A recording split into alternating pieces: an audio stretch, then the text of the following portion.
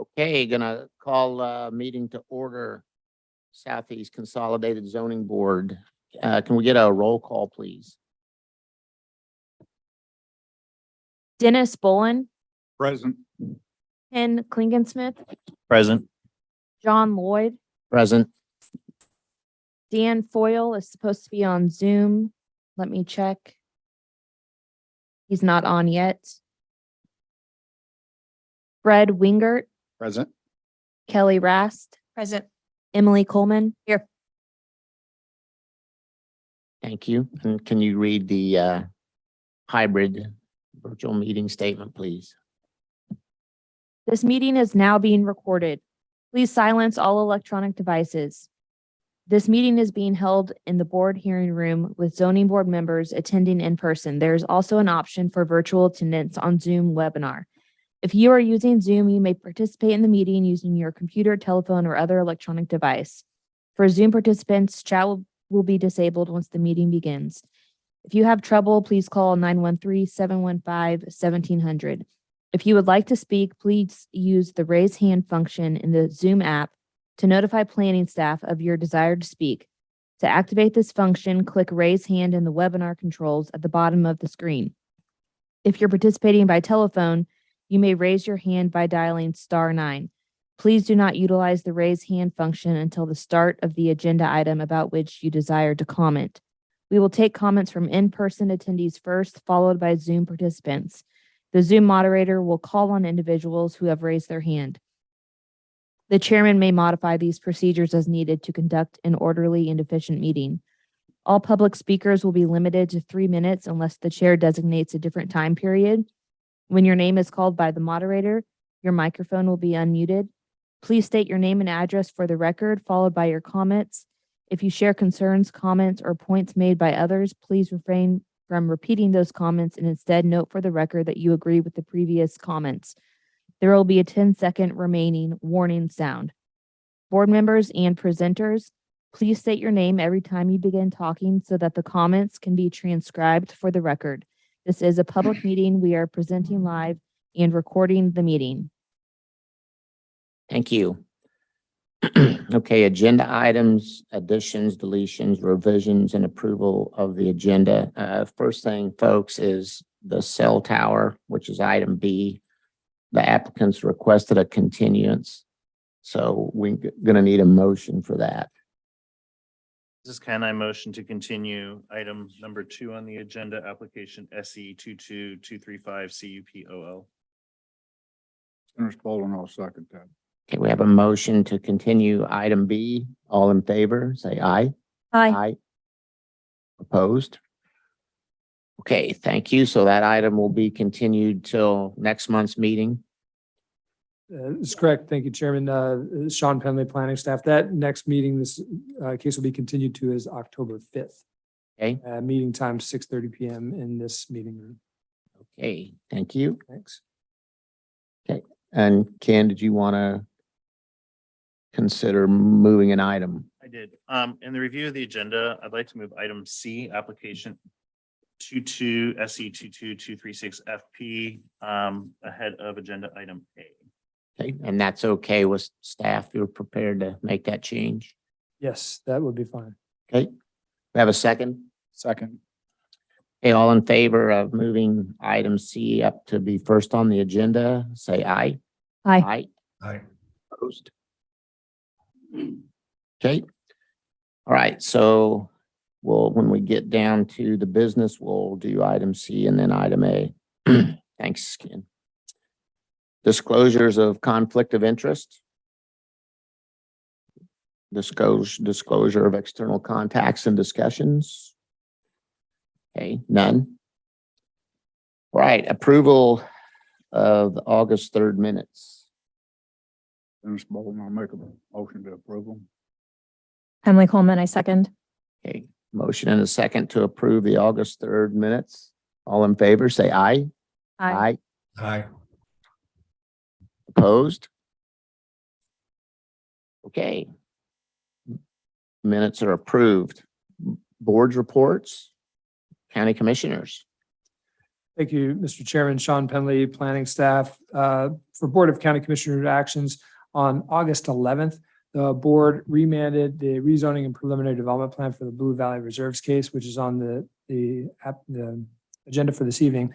They remanded that case back to this meeting, to the Southeast Consolidated Zoning Board, so that will be considered this evening. Also on August 11th, the board approved a rezoning and preliminary development plan for Loch Lloyd Estates for a planned residential neighborhood 2 district and residential development at 175th and Kenneth Road. That those applications were approved by the board. That concludes Board of County Commissioners actions. I could go on with Planning Commission. Yes, please. Okay. The Planning Commission held a meeting on August 23rd. And at that meeting, there was an update regarding the annual solid waste management plan review. Staff from Department of Health and Environment gave a presentation on that annual update. And the board had a finding that the proposed plan was consistent with the rural comprehensive plan. And that will go on to the Board of County Commissioners for final adoption. There was also an update from the Public Works Department regarding street improvements and road and bridge projects in the county. There's also updates on future long-range planning projects that the county are working on for the Executive Airport and New Century Air Center for the land use compatibility plan updates, and an update regarding the Sunflower Army Ammunition Conceptual Land Use Plan. Those 2 projects are going to be ongoing over the next year. So staff gave a presentation on those at that meeting, and there will be additional meetings. There were also appointments from the Planning Commission. There were planning commissioners who were appointed to subcommittees working on those 2 updates. So that was the update for Planning Commission. Okay. Thank you, Sean. Chairman, I'd just like to state for the record that Dan Foyle is now present on Zoom. Thank you. Stillwell Community Plan. I noticed the minutes did reflect I was going to provide a update this month. However, we did not have our community meeting as planned, so we'll defer that. All right. Thanks, Ken. Okay. So we're moving on to business before the board. We're going to start with item C, application number SE 22236 FP, final plat 20251 and 20275 Grandview Street. Scott Adams, applicant, landowner, requesting the final plat. Mr. Chairman, this is Sean Penn. Before Michelle starts this presentation, I just wanted to provide an update for this application. The wrong staff report was sent out in the packet. You may have noticed for this, and we apologize for that. The plans you received are the correct plans, and the presentation that Michelle's going to be presenting is the correct application update. But the board received the wrong staff report for this particular item. So she will be presenting the correct application that will show the plat that you received in your packet. So we apologize for that confusion on the staff report. Thank you. Good evening, Michelle Leininger, planning staff. Sorry that it's completely my fault. Multitasking with BOCC and zoning board. This is a pretty straightforward final plat. This is the subject property. It's just west of Antioch Road between 199th Street and 207th Street. This is close up of the platted area. It's the southern 2 lots that the applicant is requesting that the 2 lots be combined into one. All the utilities and the streets have been installed since this aerial. So it looks different out there today than what you see in the aerial. This is the proposed replat, which you got the big drawings of. Again, it's simply a lot combination, lot 11 and lot 12. There's no changes in street. There's no changes in setbacks. There's no changes in any easements. This revised plat still meets all the subdivision regulations and the minimum infrastructure requirements. And staff does recommend approval with stipulations. And here's a motion for I guess I'll throw this out there. If you don't feel comfortable moving forward without a staff report, there's option to continue the item to the October meeting. Okay. Sorry about that. Oh, I think, given the simplicity of this, I think that'll be fine. Thank you, Michelle. Pardon me. So any questions? for the Kelly Ross, staff? what were the stipulations, just out of curiosity? One was a stipulation to remove a, note on the plat. One of the notes didn't apply. It applied to the overall. And then the other one is just that they provide us with a revised document to review before they submit it to, TTV. for Gotcha. Thank you. platting. Good question. Thanks, Kelly. Other questions? Okay. Is the applicant here? Or a representative of the applicant? Doesn't look like it. Okay, so no opportunities for questions of the applicant. Anybody here to comment on this publicly? Okay, anybody on Zoom to comment? So far, I do not see anyone who has their hand raised on Zoom. Okay. We're gonna go ahead then and close the public comments. Discussion of the application by the board. This has been before us before. I think we're familiar with it, and the modification being recommended seems quite reasonable. And the reason I asked to move it up on the agenda to go ahead and just have that be completed for them. Yep. I agree. Anybody want to make a motion? I mean, I think it's pretty straightforward. Kelly Rast, I move to approve application number SE 22-236 FP for a revised final plat for lots 11 and 12 Adams Farms Estates, subject to the stipulations recommended by staff and for the reasons set forth in the staff report. Emily Coleman, second.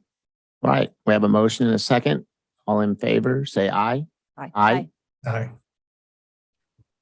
All opposed? Okay, so this will be recommended up to the Board of County Commissioners. At their, October 13th, BOCC meeting, which is held here in the County Administration Building located at 111 South Cherry Street at, 9 a.m. in the morning. Okay, thank you. All right, item A. This was remanded back to us by the Board of County Commissioners, application number SE 22211 REZ, the rezoning 201st and Mission Road, application number SE 22212 PDP, preliminary development plan of same. Payne and Brockway, the engineers and applicant, Hussam Kayali and Mr. Yasir Moonla, sorry, landowners. Are they here or who all's here? Okay. Okay. All right, perfect. Okay, staff report. I can do.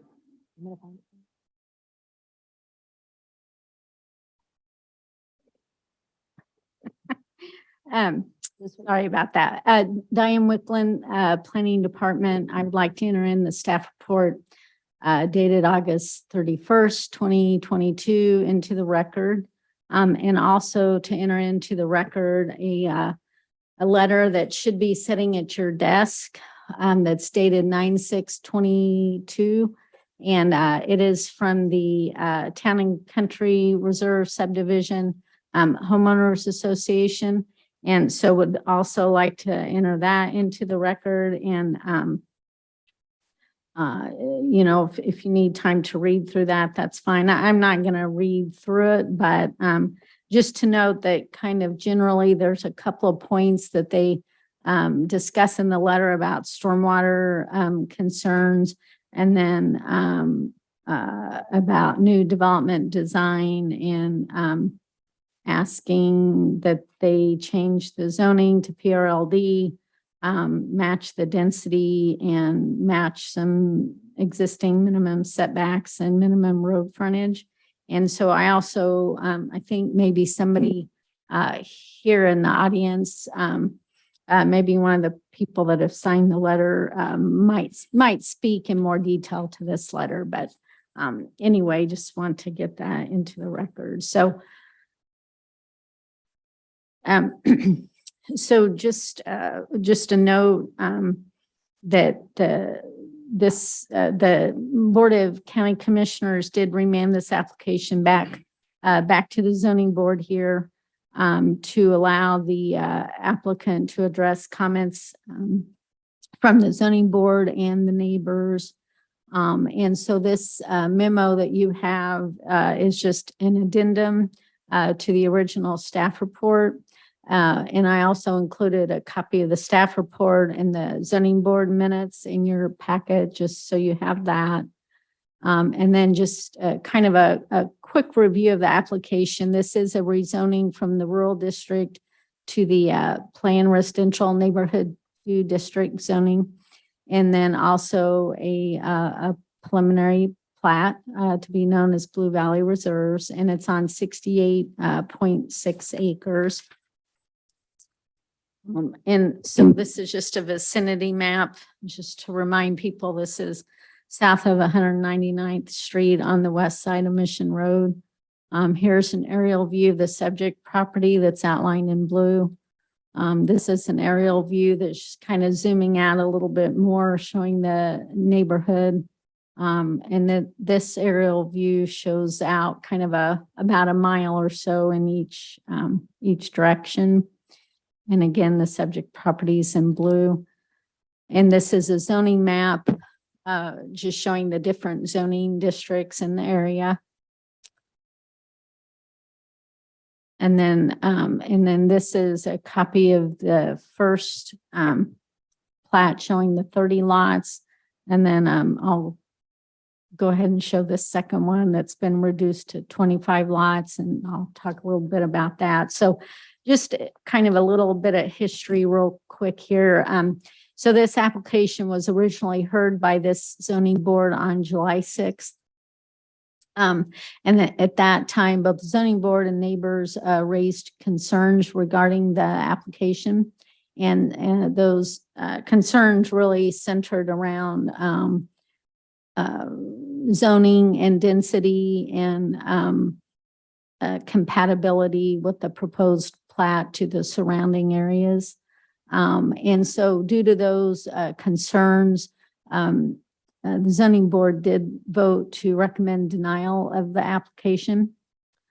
And so that application, that recommendation of denial was forwarded to the Board of County Commissioners. The county commissioners had their meeting on August 11th. And per the applicant's request, the board did vote to remand this application back here to the zoning board for the opportunity for the applicant to make some adjustments to the application. So since that August 11th Board of County Commissioner meeting, the applicant has indicated that they have reached out to some of the neighbors to discuss the application. And so based on the comments from the zoning board and the neighbors and the Board of County Commissioners, so the applicant has made the following changes to the plan. So the request to rezone the property to that planned residential neighborhood 2 district, that remains the same. They did reduce the number of lots from 30 lots to 25 lots. So they removed 5 lots. And right now, so this plat is showing lots ranging from 2.5 acres to 2.8 acres. And then the street layout does remain the same in the local subdivision streets. Just as a reminder, will be constructed with asphalt streets and curb and gutters. Also, at the end of your packet is a kind of a response letter from the applicant explaining the changes and why they made the changes. There's also a revised memo from the Public Works Department. And if there are some questions for Public Works, we have staff here from the Public Works Department if you have questions for them. And then just also, just a reminder, so there's no change to the review of the minimum infrastructure requirements from the original staff report because the rezoning request remains the same. However, if you remember from the first time you heard this application, part of this application, the applicant is also requesting a waiver from the minimum infrastructure requirement that they provide dry sewers and instead allow the lots to be developed without dry sewers and just having on-site septic systems. And so the chief engineer of the wastewater district has recommended approval of this waiver. And planning staff also agrees with their recommendation. And so that's just when we get to a motion that would need to be included in that. So at this point, planning staff recommends approval of the rezoning and revised preliminary plat that's showing the 25 lots, and also recommending approval of that minimum infrastructure waiver from the dry sewer requirement. And then also, there are several recommended stipulations on page 5, 6, 7 of the staff report. And then also a recommended motion on page 8 or a suggested motion. So I think at this point I can stop, and if you have questions for me, I can answer those. Thanks, Diane. Questions? Oh, this is Kelly Ross. One of the other concerns that from the last zoning board meeting with this was the concern with all the water issues in that area. Was any part of that addressed during rediscussing this or whatever? Or any information you can add to that? So I'll just say a quick remark here. I know that they did revise their stormwater study based on revising the preliminary plat. And so I think the applicant's engineer maybe can address those specific changes to the stormwater study. And then as well as our Public Works Department is here too, if you have questions for them. So thank you. Has the Public Works Office for Johnson County been out and reassessed based on the concerns of the neighbors and what's been presented in the letter? I think I might let Martin speak to that, but I know that they have been out to that Town and Country subdivision. Is that what you were asking? Or yeah, I believe they have been out there, and maybe Martin can further elaborate on that whenever you're ready for that.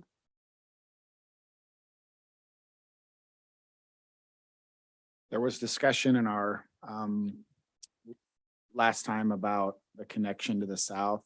Did you have, I see that the engineer had conversations with, and it's reflected. Did staff have any conversations with any of the neighbors to the south? Because it looks like there may be some for and some against a connection to the south. Yeah, at Diane Wicklund Planning Department, planning staff has not had direct conversations really with the neighbors about that connection, at least to the south, because we knew the applicant was speaking with some of those adjacent neighbors. So Thank you. Diane, this is Ken. I still have concern going from an RUR down to a PRN2 and not doing the PLRD like the neighborhood to the side.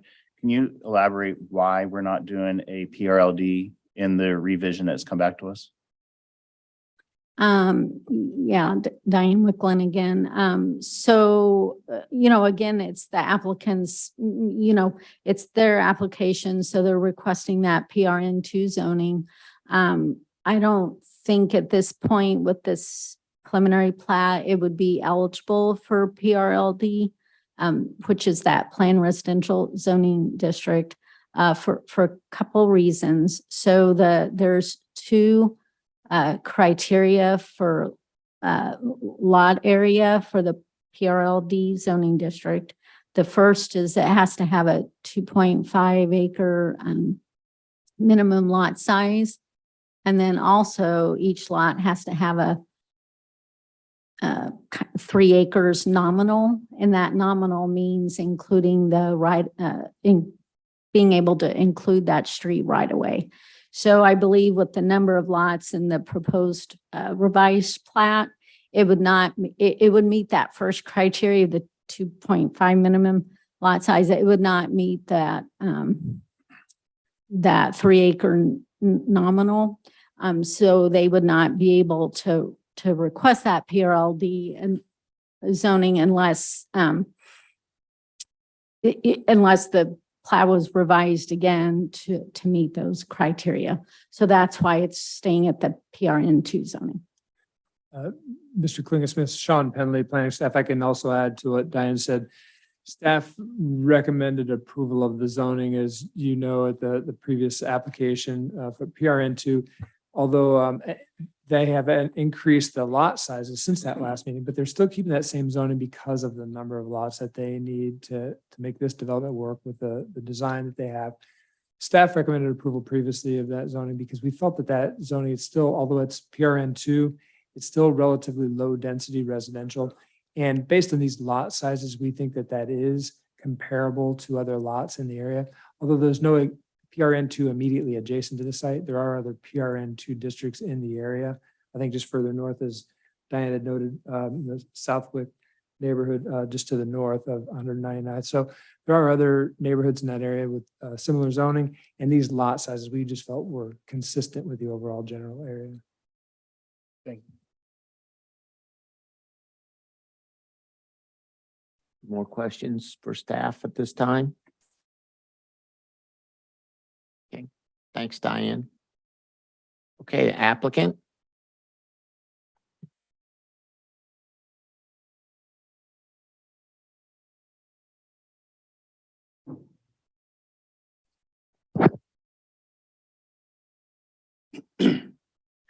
Todd Allenbrand, Painter Brockway, 426 South Kansas Avenue. I'm here with Mr. Moolah, and Mr. Cawley is at his house out of the country, and it's probably like 3, 4 o'clock in the morning. So he was going to try to attend, but I don't know if he was able to get on the Zoom meeting. And I'm here with Mark Huggins from our office, the project engineer. I won't get into all the technical stuff. I think we pretty much hashed that out the last meeting. I think what I really want to point out is that we went back, reevaluated the site, listening to what the neighbors' concerns were, as well as some direction that we've got from the Board of County Commissioners. So we were able to get all lots at 2.5 acres net, and we had enough to increase the lot sizes. So we felt it was important along the north property line to do 2 things. One, where we could do it, get the lot sizes to around 2.7 acres, and then the adjacent common property lines to either meet the same width or exceed the width. And I think that we exceeded the width or minute in most of those points. And the developers prefer the curb and gutter. So the RN2, I mean, based on county standards and ordinance requirements, we have to do curb and gutter. So we're doing the curb and gutter with the storm sewer system. And we feel with the storm sewer system, or we believe this to be in cases that we've seen in other subdivisions we've done, the storm sewer system is the combination of curb inlets, area inlets, gets the water, gets more points for the water to get into the system and not go overland. And it gets into, you know, the system and underground and out of everybody's ditches, let's say downstream. You know, there will be some downstream ditches that will have running water, and there'll probably be water overland. You know, it just depends on the rainfall. If you have multiple 100-year events, something like that would potentially happen. But we believe that the additional points of entry, for a simple term, we've addressed concerns about the storm sewer.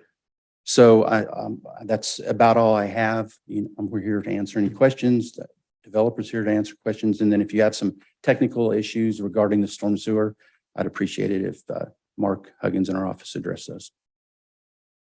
Okay, thank you. Thanks. Questions for the applicant? or the engineer?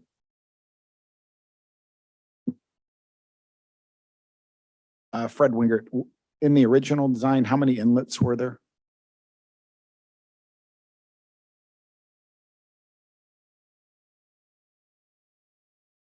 My name is Mark Huggins with Payne and Brockway. The storm sewer is not designed at this point. This is just for rezoning. Okay. So, but it will be You designed. mentioned that there were inlets added, so We will add inlets to, and they will meet all the county standards and requirements. So, we have a drawing that is a representation of the storm sewer that will be put out there. But to quote numbers of that, I wouldn't be comfortable with that. thank you. Good question. Any other questions?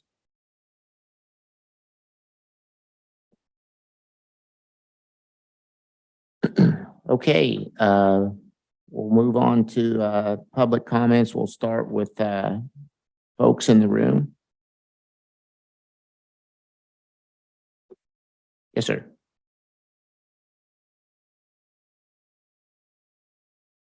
Hello, my name is Mike Bocari. I'm the president of the HOA. My property adjoins the new development. Is it possible for me to pass something out? Is that acceptable? Thank you. Just hand that out. What I'm passing out is, and what I'd ask the board, this field has been in agriculture for some time. As the neighbors in Town and Country, we're completely accepting of the fact that it will be developed. But we just ask you to be diligent and let's get this right. I sent you a picture, and if that map was up here, I could show you where this is. But at the low level of the neighborhood on the southern line, this is the flooding that took place. And so this wasn't a 5-year event. This was last week. So in August, this is what, this is one of the neighbors that lives adjacent to Mr. and Mrs. O'Keefe. And last week, that's how much water. Now this field is waist high in grass. It's not being harvested or planted. It's waist high in grass and weeds. And then there's a massive riparian zone that goes up the middle. There is, I'm not an engineer, by my guess, 50% of that watershed at least drains into the corner where meets our neighborhood, and our neighborhood is already struggling with water issues today. So the ditches that we have are absolutely not draining, and when we do have a major storm, right? And again, this is last week. When we have a major storm, the water comes off. It goes across yards into the drains, into the ditches in our neighborhood to exit. It doesn't even go through the storm system that's allowable. So we ask that be looked at diligently. It's the number one concern by far. We also ask for consideration of a retention pond on that piece of property.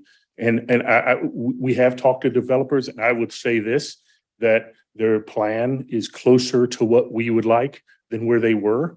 But we still have more requests.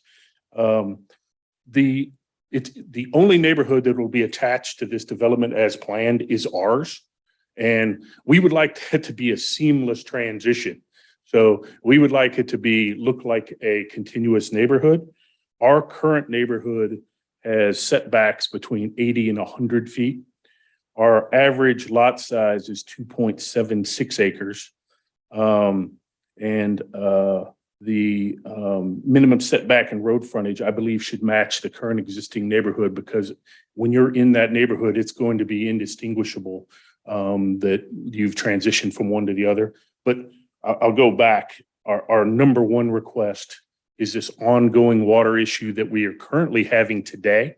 And I will say this, our HOA has never voted unanimously on anything. Absolutely, they are 100% aligned around this issue on the water. So any support you could provide on that and diligence, we'd appreciate it. Thank you for your time. Thank you, Diane, Mike. thank you for sending those out. Before we continue, can we reference where this is on the map that potentially is up on the screen?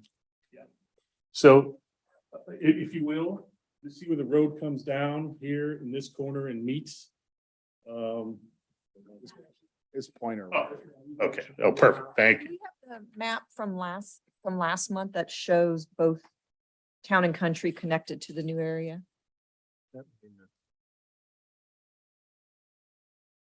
There you go, that one. Yeah, and then you can blow that up.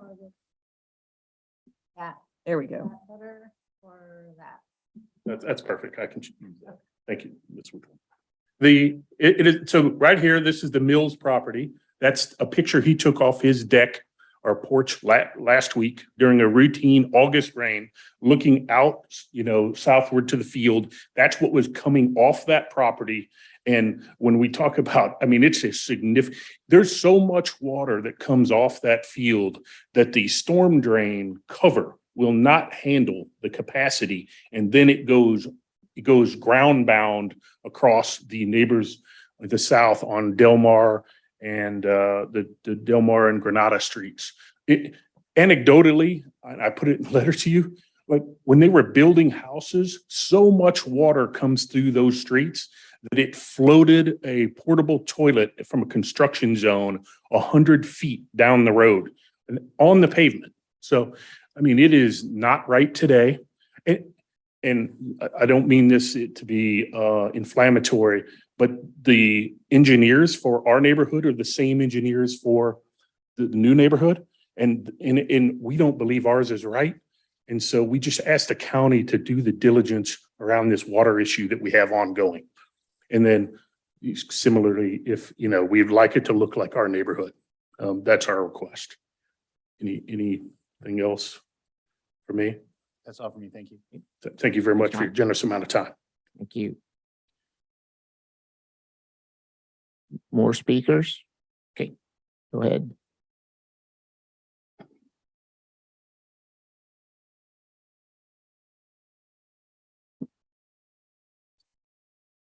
I would have, Tim Naw, 20135 Mission Road. I live across the street east. I have 10 acres. There's a platted subdivision immediately east. There's 80 acres. There's 8 10-acre lots. I have the signatures of 3 of us that are going to be looking at the subdivision, husband and wives. I got that today, what he presented, and then I'm coming up with this list. The real concern also is 199th Street. That's got a little tiny culvert. All that water is going to go through that subdivision. The county needs to look at that one culvert, particularly if you're going to add more houses and concrete. We three owners support the HOA's comments. Number 2, and the rest of the stuff I know is not applicable in enforcement, but it's my understanding that this is the developer's first subdivision. And I want to make sure that they kind of understand what competition in that area is. The lots need to emulate what theirs are, the setbacks. You said 80 to 120 feet. When you were up here, you said 80 to 100.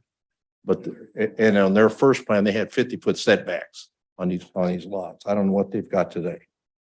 So we need monument signage, the entrance with I recommend a wide entry with an island setback that's pretty normal out there for the new subdivisions, allows trucks to go in and out, it's safer to pull in and out. Earth berms, I've said this last time, ought to be similar to what Town and Country has. Utilities, we'd like to have the electrical lines 3-phase on the west side of Mission Road. They're already over at the church, and all they have to do is take them south. We did have Mr. Stark paid for an 8-inch stainless steel gas line to be extended across the church. That's available. Probably not shown on a lot of maps yet, which will service them. I don't understand the curbs and stuff because you're concentrating the water. I'm not an engineer, and you're putting it in pipes. It's going to run faster. It's got to come out someplace. They were really kind of for ditches, like we have some more land taking it and trying to control it and make sure that they are designed to move out. Their argument was, which I think is correct, is when they build homes, the guy with the bulldozer digs it and they tear up all the land, and some of that stuff might have got screwed up of those ditches of their subdivision. Covenants and restrictions are very important to determine minimum houses and sizes, setbacks, front, side, and rear, replacement of the homes, and any additional buildings. Will they look like other homes? Everything out there, my home, all of our stuff matches, our extra buildings match our homes and exterior design. Homes across the street are 1.7 to 3.5 million to the east. And these guys are trying to put 50-foot, houses in. I mean, it needs to be larger lots and more setbacks and really good covenants and restrictions. Thank you. Thank you, Tim. All right. Anybody else want to speak? Go ahead, Greg.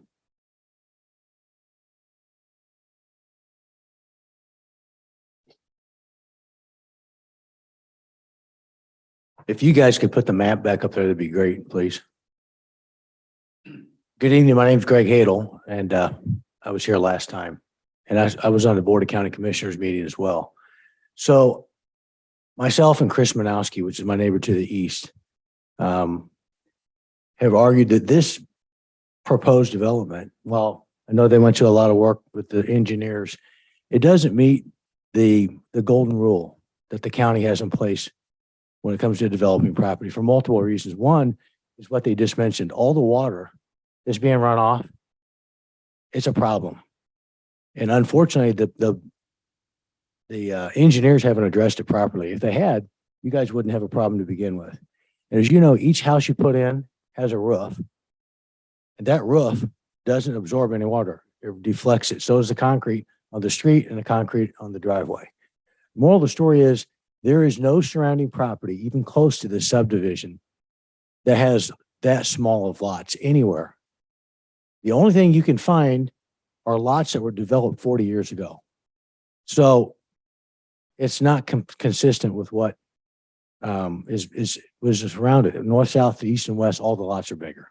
They're 3.5 to 10, and some of them are 50 acres.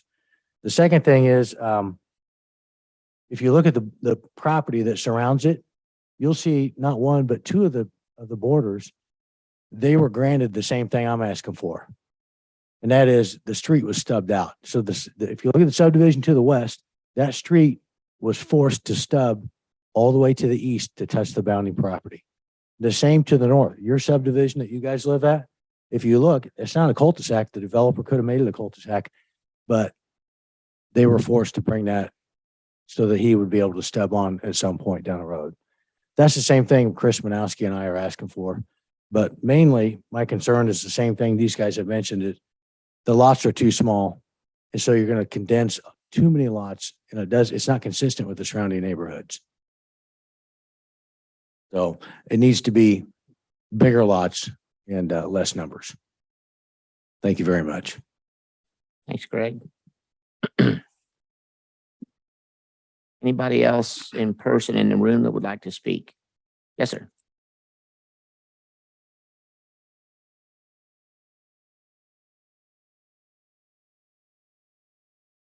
Hi, my name is Richard Bryan. I live in Reserva Town and Country, 19970 Delmar Street, which is one of the cul-de-sacs. I don't know if we can get that map back up that shows our. Okay. I live, how do I point this? Oh, okay, yeah. Yeah, I live, move this. Yeah, let me see if I can, oh, what did I do? How do I zoom now? Technical help. Where was I? Okay, can I get this pulled down? Okay, so we can see 199. Okay, I live right here, and at my back of my lot, going under 199th Street. Well, it's not. It says 199th. I think it's 201st Street. Right through here, I believe there's this whole pathway. There's a pipe system here that was being talked about by Mike. And then I think there's a large pipe that goes right underground through here, and it comes out. This is my lot. It comes out right here in a culvert. And then there's a very large pipe that goes straight across mine. And there, back in here is a huge ditch, I'll call it. And that all that drainage that hits that all the drains that are connected basically go into that big pipe behind my house, which is underground. And my backyard right now, after a 2-inch, 3-inch rain, I basically am sloshing around in there because of the water table in that area, because it's basically level with that ditch back there. That ditch of water goes under 199th Street. And I don't know, somebody mentioned, I think Mike mentioned that it's not low enough for all the water to drain through there. So I don't know who it is from the county that can look at that. I do know there was a lot of riffraff or rock put into that area here on the other side to address erosion or something. I don't know if the farmer did that or if that was a county thing. But my concern is if you start to throw, whether it's a retention pond here or direct drains into a pipe that runs underground to my pipe and then continues on through to 199th, my concern is that that ditch isn't going to handle it. I'm going to have higher water table in my area if it doesn't, in my backyard. And I just want to make sure somebody's addressing that whole ditch, where that drain goes beyond 199th, to make sure it's adequate. First of all, is the pipe adequate to take all this water either through a retention drain or direct drain if it was going to go pipe to this drain area here? And once it gets to that area, are the people down here going to be able to handle it if they put in all that big rock? And where does it go? Does it go into the Blue River?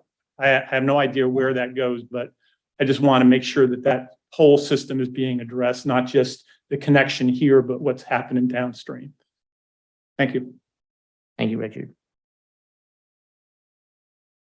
Hey, anybody else in person that wants to speak?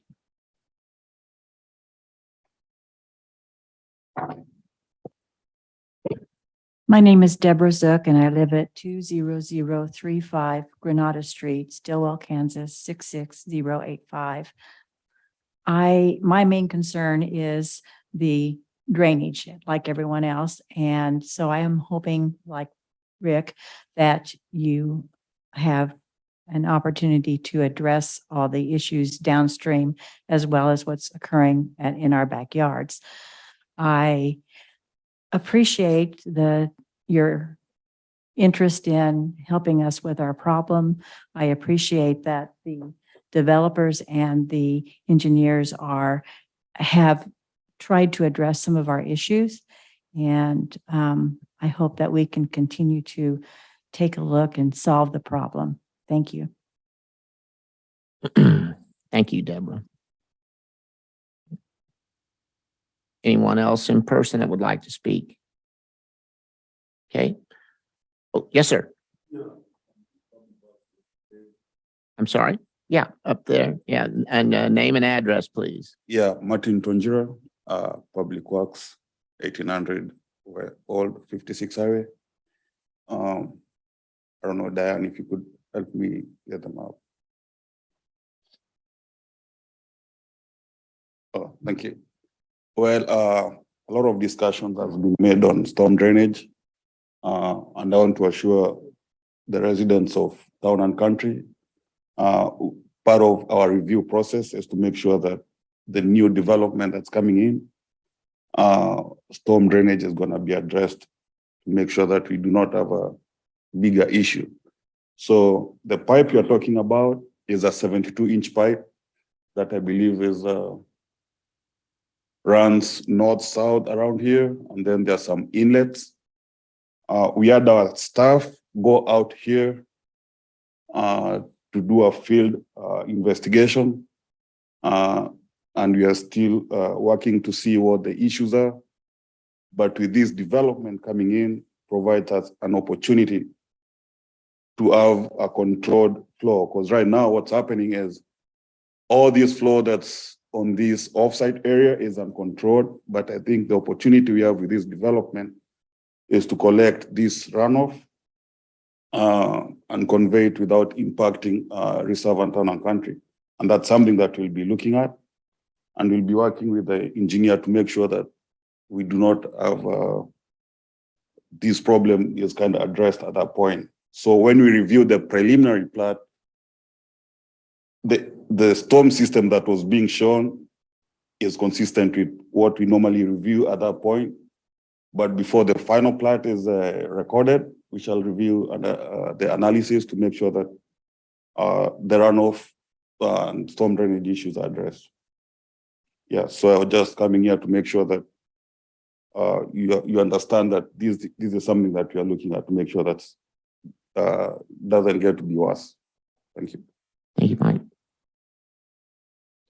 Anyone else in the room that would like to speak? Hey, Megan, we have one Zoom participant, is that correct? We now have two. We have two, okay? Would you like me to call on them? Yes, Oh, we now have three. okay. So first up, let me unmute him. So first up is Terry Bennington.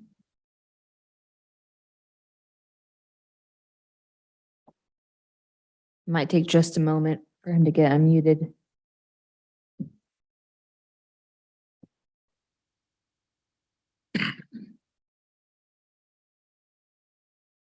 It's bottom lower left corner, Terry.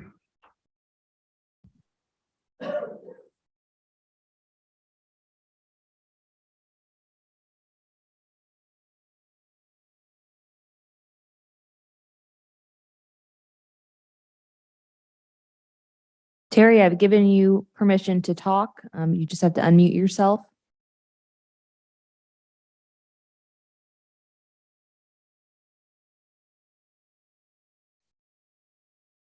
Okay, would you like to go to the next person, Chairman?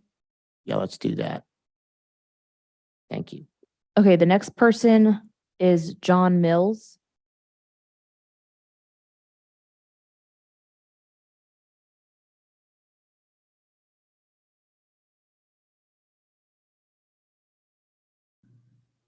Can you hear me now? Yes. Okay, great. Sorry, had to unmute myself. A couple things. I mean, so I'm at 20075 Granada Street, lot 16. It's the property that Mike Bakari referenced. It's the photo that you have with all the water. We might be the most impacted property in the Reserve and Town and Country subdivision. And I haven't heard really from anyone. No one from the county, the staff, no one from the developer has reached out to us. I believe there was some, I'm going to get the terminology incorrect, but I think it was some drainage folks that came out from the county, and they didn't knock on our door, but they were walking on our property, looking at the drain. And if you look at the way that water runs in that photo, that tree line, it's a tree line that runs kind of halfway up the farm field south. All that water is directed to a culvert, a drain, a concrete drain that sits at the corner of our property. And when my wife had the opportunity to speak from the gentlemen that were out from the county, and their immediate comments was that drain's not big enough, the throat pipe. And so we're not, from our perspective, is when that land is developed, I mean, I would like to think of all the weeds, all the growth, all the trees, that does stop some of the water runoff. Once you clear that, and once you have grass, there's nothing stopping the water. So we expect, unless it's not graded, unless there's not berms or something put up to prevent that runoff coming on our property, we're going to have even more flooding. And so it's not so much what I would say it's not drains, but it's the ditches that are in the front of our property. It's not so much that, although that's a concern. It's the surface water that we're going to see coming on our property that really hasn't been addressed. And the last thing that I want to comment on is, and I mentioned this in the last Planning Commission meeting, we welcome the development. We really do. We want it to be contiguous in like our subdivision. I'm not going to repeat all the comments, but I would ask the engineers and I would ask the developers to quit the spin. Last Planning Commission meeting, it was a 5-year rain.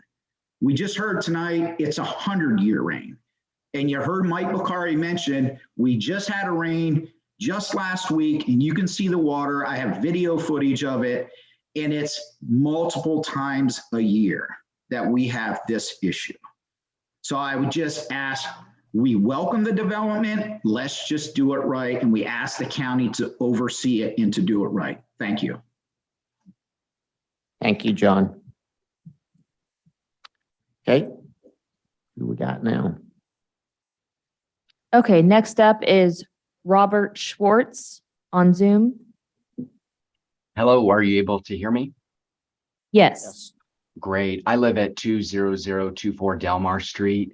If we could pull up that aerial map, what I want to talk to is how this plan does not really fit in with the neighborhood. So when you just look at this map, I know we don't have what their plan is on that tract, but when you look at 201st Street, it's stubbed. So there was a plan back when that subdivision was platted to stub it.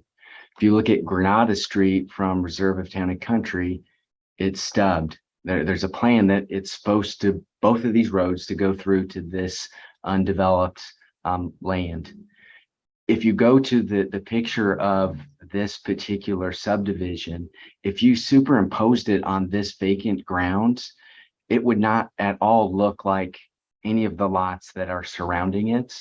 And so you've already heard things about the zoning, definitely the water issues. We don't need to talk more to that, but this really is not a good plan. It doesn't match the character of the neighborhood. And I think good planning principles, you can get the PRLD zoning, you can get all of the requirements. It just means you're going to have fewer lots. And I think if you took some time, if the developer took some time and created a plan that looked more similar to Reserve of Town and Country, you can have larger lot sizes. You'll be able to sell them. You'll be able to make money. If we zoom farther out, you would see that there's a limit on the amount of land that can be developed. So I just would ask that we take some of these planning principles that you've already heard tonight and just visually look at this. Does this make sense? And then when you start to match that up with some of the storm sewer and other issues that have been brought up, I think we can get a better plan that works for the county and definitely for all of the surrounding properties. That's all my points. Thank you. Thank you, Robert. One second. Did Terry, does he still want to speak? Did he get his technical issue resolved or? He got off, but someone else signed on another name, so I'm wondering if that's him. I'm going to allow him to unmute himself. And please state your name and address if it doesn't match who you're logged in at. Yeah, this is Terry Bennington. Address is 20336 Mission Road. Our property is to the south of the tree line, right adjacent to the property being developed. Towards the back of our property, there's some natural flow creek that run through it, and there's a lot of water that comes onto our property from the back all along the side and down towards the front. And we're just at if there isn't a draining system that we'll have all that water running onto our property and right up to our house. So just wanted to express my concern about the drainage issue. Okay. Anything else, Terry? You got a little time left. Nope, that's it. All right. Thank you. Thank you. Okay. Anybody else left on Zoom? No, that was all. Okay. Somebody raised their hand. Yes, sir. Good evening. My name is Yasser Mullah, landowner. I would like to just quickly comment on the main issues that have been brought over and over by the neighbors, especially Town and Country. First of all, we really sympathize with their water drainage problem. If I was a resident there, I would be just as concerned as they are. I do want to address that the drainage issue is not going to get any better if we don't develop this land. It's just going to continue. it only can get better if we develop it. Our goal is to build with the help of the public works and our engineers a sewer system or drainage system that helps improve the drainage in the whole area, our land and one north of us. And we strongly feel that curb and gutter is a better system than open ditch by the neighbor comments themselves that ditches are not working. So the curb and gutter is better, and that would allow also Deborah to be able to take a walk and not worry about her safety on Mission Road. That's number one, the drainage. Number two, the lot size. We are still requesting a PRN2 zoning, but the lot sizes are pretty much almost identical to town and country. Our minimal lot size is 2.5, and we have a lot of them, 2.6 up to 2.8, and the ones adjacent to town and country are the larger lots, 2.7, 2.8. So that will help us address the drainage issue. I really don't know if it matters whether it's PRN2 or PLD. These are just letters to me. What really matters is that our neighborhood, our development is going to match the area. I mean, Lake at Southwick has PRN2 zoning, and they're not even half a mile away from us. They're just across the Mission and 199 intersection. The last thing I would like to address is the connectivity. I understand that some neighbors want to have connection to the south, and some of them don't. We have actually spoken with some of the neighbors, and Janet, who is right east of the gentleman who just spoke, wanting to connect to the south, she is against that, and she wants to preserve that mature tree line and preserve her, privacy. This mature tree line, we consider it as an asset on the south and west, and we would like to preserve it. It's better for the neighbors, and it's better for our future residents. In addition to that, a lot of the farms south of us are actually already developed. And whoever would like to consider developing their land, they have opportunity to connect to 207th Street. 207 is much closer than Mission Road to them, So we have to balance between connectivity and maintaining privacy. And this mature tree line is really something that we should try to keep and not disrupt. Thank you. All right, thank you. Fred Wingert, I had a question for the developer.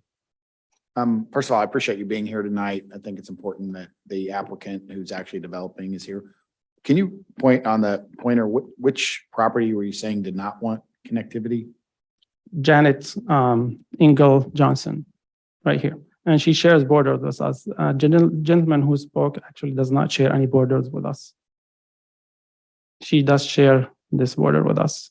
And she's against, she sent a letter, she does not want a connection, and she wants the tree line to be preserved. And also in our last, so I'm sorry, but the reason why I wasn't present during the July meeting is because it was postponed and I had plans traveling overseas. I did attend via Zoom, but apparently nobody was able to recognize me. But I was planning to attend the June meeting, but when it was postponed because they requested the stormwater analysis, we had to push the meeting a month. And that's why I was not present. It's not my intention to ignore something as important as this, So yeah, I mean, and then also last meeting, one of the neighbors in Mulberry Estate was totally against the connection. She does not want 50 plus homes to have, traffic through her property on Mulberry Estate. And Mulberry Estate has a different feel. They have much larger lots. They're more like farmland than subdivision, like town and country. Town and country, pretty much, we're going to be almost identical. In terms of lot size, the configuration. The only difference is the curb and gutter, which should help them, not make it worse. Thank you. Thank you, sir. Thank you. Ms. Kelly Ross, I have one question. Somewhere I read, can you just clarify, are the lots all being measured from the same way? Are some being measured from the center of the street and others are being measured from? Can somebody clarify? Okay. I'm not an engineer. I'm a physician. I'm sorry. I don't know if I can answer Is this there question. continuity when people say that the lots are the same size, they're being measured in the same reference? Todd Allenbrand, Painted Brockway. So when we say we have 2.5 net acres or larger, that excludes the road right of way. That is the actual size of the lot a person would be purchasing from 2.5, 2.6, 2.7. I think what gets confusing about, I'm sorry, I don't mean to go on about it, but the PRLD and the RN2, what makes it confusing is that granted the PRL2 or PRLD, excuse me, says 2.5 net acres, but then you have to meet the nominal, which includes the portion of your lot adjacent to the right of way from the center line of the road or the center line of the right of way to your adjacent right of way. That makes it a little bit confusing. I honestly get confused about it. So Okay. if that's what you meant. Yeah, no, I Got just me. want to make sure that those are the actual lot, like what people were building. Yeah, those are the actual sizes. Okay, thank you. Thank I you. appreciate that. Thank you. Hey, this is Dan Foyle. I have a question for him as well. We talked about some setbacks at some point. What are the setbacks for this, or do we know that at this point yet? Todd Allenbrand, Payne and Brockway. The setbacks, the front setbacks are 50-foot building line. And if I'm correct, is it 25 on the side yards and 25 on the rear? And I believe the reserve in Town and Country, I haven't looked at it recently, but I think that their front setbacks are 50 and are similar side yard setbacks 25 and the rear is 25. Part of the difference in the reserve of Town and Country is their right of way width is 70 foot. And that's to accommodate the ditches mainly, where our right of way is 50 because we don't need the ditches. So you're allowed to go to a lesser right of way. And when they say setbacks on houses are 80 to 120 feet, well, that's just the choice of the builder or the owner of the property to set it back. The people can buy the lots and set the houses back as far as they want. They could set it in the middle and it could be, I don't know, 100 feet from the right of way and 75 feet from the side yards and 100 feet from the rear yard. It just depends on how they want to set their house. Thank you very much. Also, sorry, Dan Foyle again. Have y'all, you already had the covenant restrictions and stuff put together to put some of the surrounding residents at ease with what's going in? Todd Allenbrand, Payne and Brockway. The covenants and restrictions are a requirement of final plating, so those will be introduced at the time of final plating.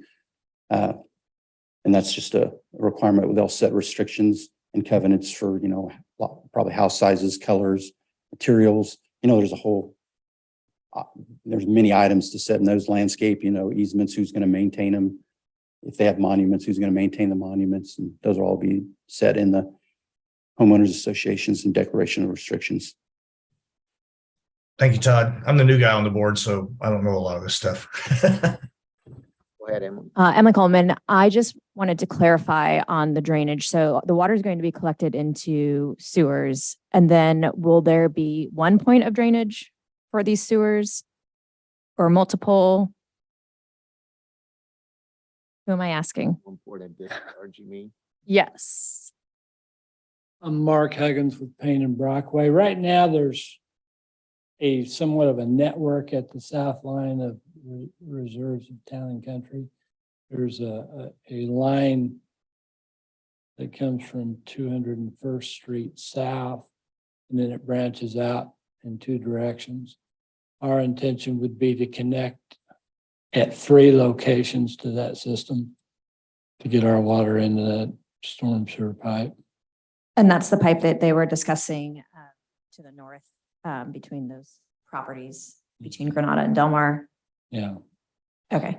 And then currently the drainage for the property in question, as far as stormwater goes, is primarily also to the north, or does it drain in different directions? Well, it does drain in different directions, but it's primarily to the north. About 2/3 of this development does drain north, along with some of the ground from Mulberry Estates. Okay, thank you. Mhm. Chairman, if I could just do a quick clarification, if you have a minute. I'm Diane Wicklund. Just to kind of clarify, I think Todd mentioned that the deeds and restrictions would come at the time of final plat or maybe required. Just to clarify that the county zoning and subdivision regulations do not require deeds and restrictions. Those come from the developer. And that's kind of their choice. So I just wanted to clarify that there's not a county requirement for that. So. Okay, thank you. Okay, sorry, you only get one turn to speak, sorry. Okay, so any other questions from the board of either the applicant or staff? Thanks. Fred Wingert, is there anything that precludes us from setting covenants or restrictions as a part of our approval of the final plat? Sean Penley, planning staff. I don't know if that can be set as a requirement of a rezoning and preliminary plat. That's not a requirement in the subdivision regulations. So I don't know if that's legally if that can be legally upheld. That's I think the developer, the thing that would be most helpful to know is what the applicant intends to do. I think they indicated that they do plan to have covenants and restrictions on this development, but there's nothing that the county can require in the way of a private covenant and restriction on a residential development. It's the prerogative of the owner. Thank you. Chairman, we have Bob Ford with County Legal on Zoom, and I think he wants to speak. Okay. This is Bob Ford. Can you hear me? Yes, sir. Good, thank you. You kind of passed over that requirement for conditions and restrictions, and I think Sean handled it properly, so I tried to put my hand down, but we wouldn't be in the business of putting private covenants on other people's land. We have our zoning regulations that restrict the use. Anything else they want to do that's an addition for the benefit of their subdivision owners is completely up to them. So I didn't need to weigh in on that because Sean handled it, but I had quickly raised my hand and didn't know how to quickly take it down. So thank you. Thank you, Bob. Okay, any other questions from the board? Like to. Sorry, this is I was going to ask, how many developments has this developer done before? And I think that's part of the covenants and restrictions part concern that I could understand from, neighboring neighborhood or the neighbors, is if this is has he done lots of these and it's like one that we've seen 100 times and they're pretty standard, or is this going to be a unique neighborhood by a first time developer? I'd like to understand that better. Applicant, you want to address that? Yes, sir, Mola landowner. Is this a pre-requirement to have developed properties before and be able to develop a property? Is that required by the state or the county? My question is. And then my second question, my answer to that question is, when you want to develop or do a project and you give it to the professionals, engineers, lawyers, whoever is needed, county staff, public works, and you go through the process like it should be done correctly. And when you are well aware of the area, I'm a resident of Johnson County. I live in Overland Park. I've been here for more than 13 years. I'm well aware of the socioeconomic status of Stillwell. I know that this is not a low-scale neighborhood, and that's one of the reasons why we wanted to be involved in this project. Before we decided to get ownership of the land, we did our due diligence, and this was a very attractive point for us. That is in Johnson County, and it's an area that is well known for upscale homes. So we want to maintain this character of upscale homes, maintain the value, if not increase the value of our surrounding neighbors. So I just would like to put this at ease. And again, this is only a rezoning meeting. We're not at the stage where we can discuss whether we will have HOA, but I don't even know if we really need to go through all of this right now. Thank you. Thank you. Okay, any other questions? Okay, I'm gonna close the public comments and questions. So I open it up for board discussion. This is Kelly Ross. I do appreciate the applicant redoing the lots and making them bigger and all that. So that's great. I guess my only question is, like, when Town and Country went in, nobody went in with the idea of having water issues and drainage issues. And those still have not been, people are still dealing with that. And to say that by developing this other land, 100%, I mean, unless you're going to put a guarantee down that it's going to only make the situation better and not worse, because I can speak personally that when land was developed around us, it made our situation worse. So that's not always the case. I mean, hopefully it would be, but I just don't understand why the water issues can't be more addressed now as far as what's going on, and before we go forward with potentially opening up, you know, a bigger can of worms. But So there's 5 stipulations that deal with the water management. Mhm. And the final stormwater management plan, and I think that the county, just my opinion, the county staff and this is going to be reviewing the whole thing, and that comes with the final plat. Mhm. So I'm inclined to I'm let sure they the did that people- for Town and Country let the as people, well. but they also built their houses at the bottom of a hill. Right. And now they're going to have another But property. with curb and gutter, I mean, I think with the counties, I mean, it's obviously that this is on the radar. They've got to do some downstream management, but I'm inclined to support them and let them do their final stormwater study and submit it with the final plat and see what it looks like. And Kelly Ross, I would support it too. I just wish there was something just a little bit more of a guarantee that if, oops, we just didn't do it quite right, what are we going to do to fix it? And I Because think that's all. And I think the new zoning with the curbs and gutters, because I think, you know, when you put a curb and gutter in, you set an elevation, you set the drainage, you get ditches, and, you know, the builders put stuff in the ditches, though once graded properly, over time, who knows what happens to the ditches. So I think it's an opportunity to improve the drainage. Hope so. You know, I can appreciate that the curb and gutter can aid in the water challenges, but I also feel that the PLRD has drainage opportunities when it was designed right with retention ponds. You know, and I kind of look at one of our basic functions or purpose of the zoning is to take a look at the uniformity. And this is actually connecting to a PLRD. There's an RUR right next to it, you know, the RUR from a PLRD, and then you have the PRUR. I'm struggling with the uniformity of going all the way from an RUR to PRN2 when we have a PRLD. If we figure out the draining, you know, we've got the PLRD, you know, 2.5 acre minimum. Can we do a waiver that says keep it a PLRD, but we have a waiver on the 3 acre maximum because we are still at that 2.5 to 3.6 acre type model, but then what does that get you then? it gets us uniformity that the two neighborhoods are, you know, one's gonna be with curb and gutter, the one. Oh, I see. They're gonna be connecting, so it kind of creates a uniform feel in the two separate neighborhoods as one.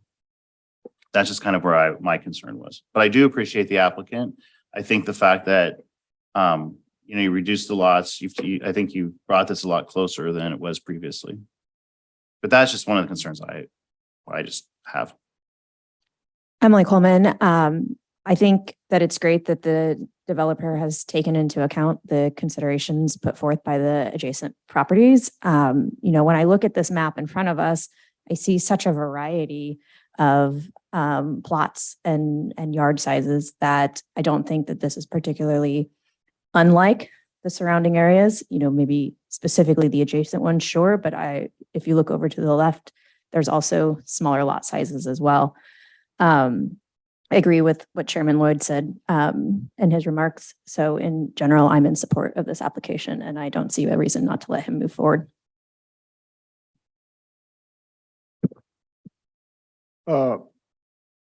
My thoughts and opinions, I go back several years with the where the county had to buy out several houses like 183rd and Ridgeview because of water problems. And Mr. County Engineer out here, you're working with these people about the water problems now? Martin Tonjira, Public Works. Yes, to address your question, that's true. We are looking at the storm drainage study, and before it gets to be approved, we'll make sure that there are no issues that are existing downstream being addressed. Okay, if you find out the down tube is not sufficient, are you going to go in and replace it or what? Hopefully not. Hopefully we get a good design. So we actually went to the site and looked at some of those inlets. We have our suspicions what the problem could be, but we are working. I'm not speaking for the applicant, but we are working to make sure that the runoff that will be coming off from the site is collected and conveyed in a proper manner. Okay, well, I don't want to get the county in a situation where they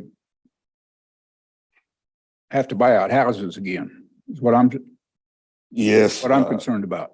Exactly, and we hope not to get to that point by having a proper design. And as the commissioner there asked about final design, whatever storm drainage study we got is consistent with what we normally see for preliminary plats. Yeah. Okay, well, I like the redesign that they've come up with this time, and I believe Payne and Brockway's come up with a good design with Mr. Huggins and Mr. Allenbrand and all that. But you know, I'm just double checking to make sure that things are being done right. Yes, and that's why I make sure I come here to give validation that we're looking into this issue. So you're doing that additional studies right now with this project then? Yes, once they submit for the final plat, they're gonna submit a final storm drainage analysis that's gonna include downstream analysis to make sure that if we require retention, they're gonna have to provide a detention pond, but that has not been done at this time. Okay. Yeah. Thank you. Thank you. Mr. Chairman, if I could, Sean Penley, planning staff, if I could also address some of Mr. Boland's comments and follow up on Mr. Donjura. The examples that may have happened in the past where the county would get involved with the acquisition of property for flooding problems are commonly associated with floodplain problems. There is no floodplain on this property, so issues that there may have been with properties that would have to be bought out, or the county would go and actually acquire property, probably were related to a floodplain. There are no floodplain areas on this property, but point taken and understood about Public Works working with the developer and any other existing conditions on adjacent properties. That's certainly something that Public Works staff is aware of and they're working on. But I don't think it would ever get to the point where we're not aware of any situation where the county would be in the business of acquiring properties in this area. But certainly Public Works is aware of the problems and they're looking into that. Right. I realize that was a floodplain problem, but if we approve something and it's not taken care of properly, there could be some repercussions. Certainly, Sean Penley. The question I was asking. I don't want any repercussions because of something that was not done right. Certainly, that staff is aware that's an ongoing issue that will have to require inspection and follow up on any existing drainage problems. Okay, thank you.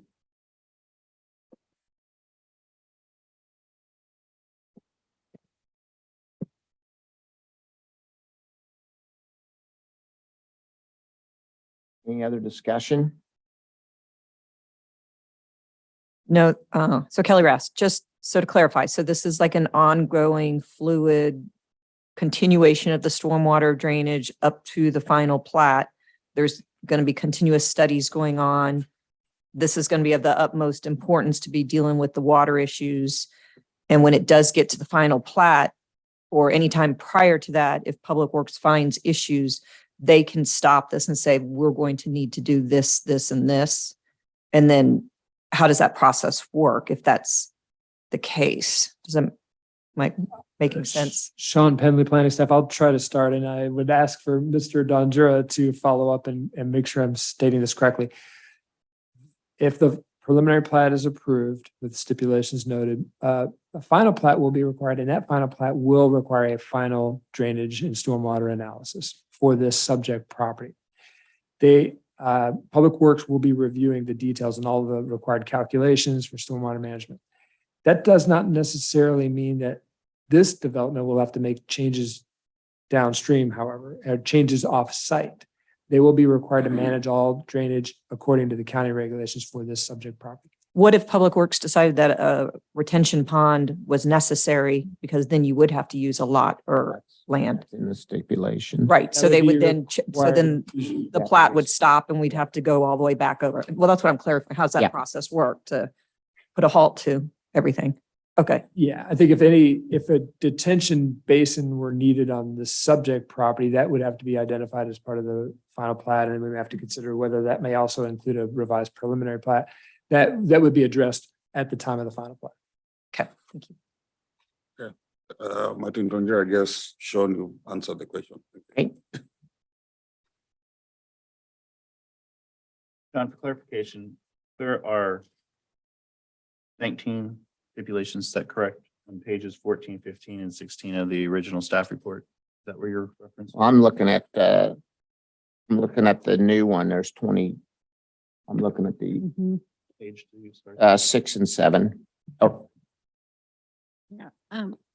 5, 6, and 7. Yeah, Diane Wickland, Planning Department. So the most current up-to-date recommended stipulations are in this revised staff memo that's dated August 31st, 2022.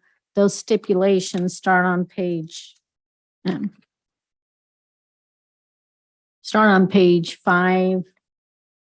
and they end on page 7, and I believe there's 22 stipulations. So those would be the recommended stipulations.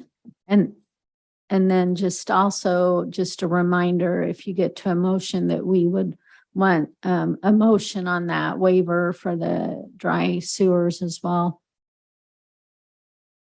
Okay.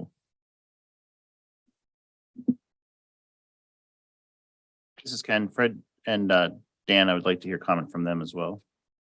Possible, if they have comment. I'd be interested to hear from Fred and Dan on the comment on the application. You want to go Dan? first, Fred, or me too? Go ahead, Dan. So, I mean, my big concerns are obviously we don't have a real clear direction that we can set on this board on the water runoff. But when I'm Google mapping it, because I have the ability to sit here and do that, I'm looking at, and I think it was, maybe Mr. Mills, the photo came from, and it looks like the main drains where all of this water is directed towards right now would go into his and the neighbor's house to the east of him. There's one in his yard as well. And I've had one of those. It got put in because I got a development behind me and they tore up my yard and put in a bigger one. And I can tell you right now that that's a big issue, because it looks like probably it's a quarter of the way into his yard. And so that's a huge thing that I think we need to, and I know I'm hearing it's not our position to address it, but if it were me, I'd be upset as a neighbor as well. I think the other deal is why aren't we doing this PRLD? I don't know. I don't understand why we're making an exception to PRN2 when it's PRLD to the north and we want to make it look all the same. And then I know we can't really address all the other things that I brought up earlier, but that's my opinion. I am against it as it's currently in front of the board. Thank you, Dan. Fred? This is Fred Wingert. I'm sympathetic to the landowners. I too had home with a drain in the back and didn't appreciate it when I moved in. And it was, my son liked watching the water back there, but I didn't appreciate it like he did. I guess I'm counting on the county staff to protect the homeowners that are to the north. There was some commentary about, the water that's produced on the current property. So Sean, what about the concerns that are on the property to the north? Is that going to be part of the analysis that's done? Yeah, Sean Penley, planning staff. As part of that analysis for the stormwater, they do have to look at controlling offsite drainage. So they will have to manage all of the stormwater as a result of their proposed development. What I mean by offsite issues, if there are existing conditions today that are offsite, that may not necessarily be something that's fixed. And it definitely would not be something that's stipulated as part of this development, but this development with their final stormwater analysis, they will have to meet all county regulations. And that does include requirements for no increases in discharge. And I would want public works staff to state exactly what those requirements are, but they will be required to meet all stormwater management requirements for this development. Okay, thank you. Thank you, Fred. Does anybody want to make a motion either way?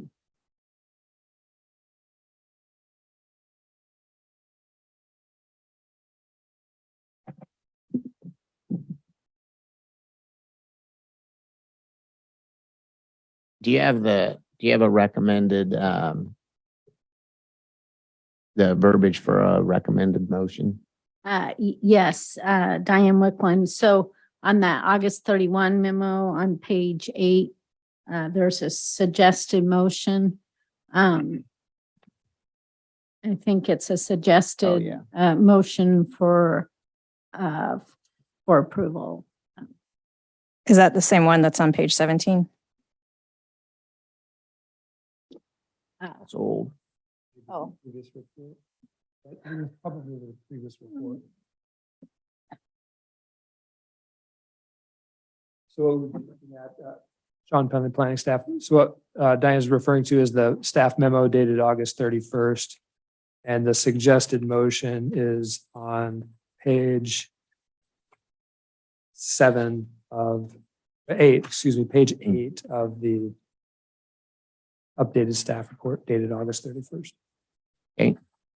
But yes, also that original staff report, yes, I believe it's the same motion on page 17 that's on the updated memo. Yes. Well, yes, except it's 25 lots now instead of 30. Yeah. Okay, Emily Coleman, I move that the board approve application numbers SE 22211 REZ and SE 22212. Make sure I'm reading the right one. PDP for rezoning and preliminary development plan serving as the preliminary plot for a 25 lot subdivision to be known as Blue Valley Reserves with stipulations, and also to approve a waiver from the minimum infrastructure requirement to install dry sewers as recommended by staff and for the reasons set forth in the staff report. Okay, Megan, we get a roll call vote, please. Is there a second? Oh, I'm sorry. Yeah, John Lloyd, I'll second. Thanks, Fred. Dennis Bolin, Yes. Ken Klingensmith, I think rezoning to a lower density residential PRN2 is not something I'm convinced is required for this property to be residentially developed. I'm a no. John Lloyd, Yes. Dan Foyle, I agree with Ken. I don't know. Fred Wingert, Yes. Kelly Rast, I'm going to abstain from voting. I just feel like I've not heard enough confidence with the public works and protecting these people. Emily Coleman. Yes. Okay, that is 1, 2. It is 4 yeses, 2 nos, and 1 abstain. Okay. So this will be recommended up to the county commission then. And give us the meeting Yes, Diane Wickland. So this will go to the Board of County Commissioners for a final decision on October 13th, 9:30 a.m. in this room here, 111 South Cherry. And just before the meeting, one of the neighbors asked me this, and just to kind of clarify, so this is a preliminary and plat and a rezoning. If the Board of County Commissioners approves this application, then they come back for a final plat application. So it was asked, so that final plat application does come back before the zoning board and the BOCC. However, there is no public notice for those final plats. So Good to know. the neighbors can call in anytime after that Board of County Commissioner meeting if they want to know when the zoning board is for the final plat. So Okay, just wanted to share that since it was a question. okay, thank you. All right, And to confirm, Diane, the final plat will have a full water study that addressed both lots. Yeah. Correct. So there's a stipulation that says the final stormwater study has to be submitted at the time of the final plat application. And so that's kind of a final study. And so if that study, for example, would require a detention pond, then it would then have to be shown on that final plat as well. And so you would see that on the drawing because this is, like we've said before, it will be the final stormwater study. So. all right. Okay, thanks, everybody. Any other business? Mr. Chairman, Sean Penley, planning staff, if I could make an announcement about the next upcoming meetings. Yeah. So first of all, our next zoning board meeting, with this board is October 5th. I think we may only have that one application. I'm not aware of any others yet at this time. So, but also before that date, staff wanted to make a note about a planning workshop that we'll be holding with the Planning Commission and all zoning boards. They will be invited to the meeting on September 27th. We'll have dinner at that meeting for all the zoning boards and planning commission. And we'll have a presentation and discussion by legal staff.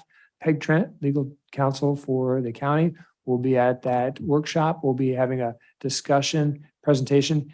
Peg wanted me to say it will be an interactive discussion. She does not want to lecture or give a presentation, so she will expect and be asking for responses. I'm sure there will be questions. We typically have an annual meeting. If you may recall, we would have to happen to have a joint meeting. Haven't had that for the last couple of years due to the pandemic and other issues. So we're looking forward to this workshop on the 27th. We'll have dinner, like I mentioned, starting at 5:30. We'll meet in the lower level of this building, and then we'll have the presentation and discussion starting at 6 o'clock. We'll have an overview of planning and legal issues regarding planning and zoning applications. So we look forward to the board's participation and happy to answer any questions at that time. We also will expect a later meeting that we hope to have sometime in the winter with an overview of more general planning and zoning questions. And we'll try to give an update because I know there's been a lot of questions about some of the updates that we may be working on and other just general planning questions. We'll try to do that separately. What the discussion will be on the 27th is more about meeting procedures, public meeting procedures, open meetings requirements, and more of a legal perspective. So that's what the emphasis of that meeting on the 27th would be, legal perspectives for planning. Okay, thank you, Sean. John, the work that was done with the consultants and looking at the planning and what's concluded in each of these different categories. I think that has concluded. Has that been finalized? Is that what you're kind of referencing as a future upcoming topic? Yes, Sean Penley, that audit, the zoning and subdivision regulations audit that was done by White and Smith, our consultants we hired, was concluded. That was an initial audit. We have not entered into a contract for a consultant to start working with updating the regulations. However, we do anticipate that staff will be starting some amendments in the near future later this year. But yes, that'll be the meeting that I referenced. So we'll have a separate meeting to talk more about those updates. We're hoping to have that this winter. We generally try to have that either, if not in December, probably January. But we are working on that and that will be a discussion we have at the planning commission coming up. Chairman, what about, Fred Winger, what about, meeting back closer to the residents? You know, I was having that discussion with somebody earlier this afternoon. Any updates on that? Staff, Sean Penley, staff has not had any movement or tried any action or activity on finding a meeting place in Stillwell. We felt that at this time, staff's recommendation was to keep the meeting here while having an interact or hybrid meeting, allowing for Zoom participation. The fire, if you recall, you may be aware, the fire district building that we had previously met at is now part of the Overland Park Fire District. And that meeting room is no longer available. We could continue to look at other options for in-person meeting places in Stillwell. We certainly can look into that and try to provide an update by the next meeting. But I think at this time, I'd like to talk more with Jay Leipzig, Director of Planning, but we feel that all of the zoning boards are now meeting here and we have the option for Zoom meetings, but certainly we can look into those opportunities and see if that's a viable option going forward with return to in-person meetings at the location of the township. So don't have any updates, unfortunately, as the some possible meeting places, but we'll look into it. Okay, thank you. Motion to adjourn. Emily Coleman, I motion to adjourn. John Lloyd, second. Dennis, Baldwin, second. All in favor of adjournment, say aye. Aye. Aye. Thanks, everybody.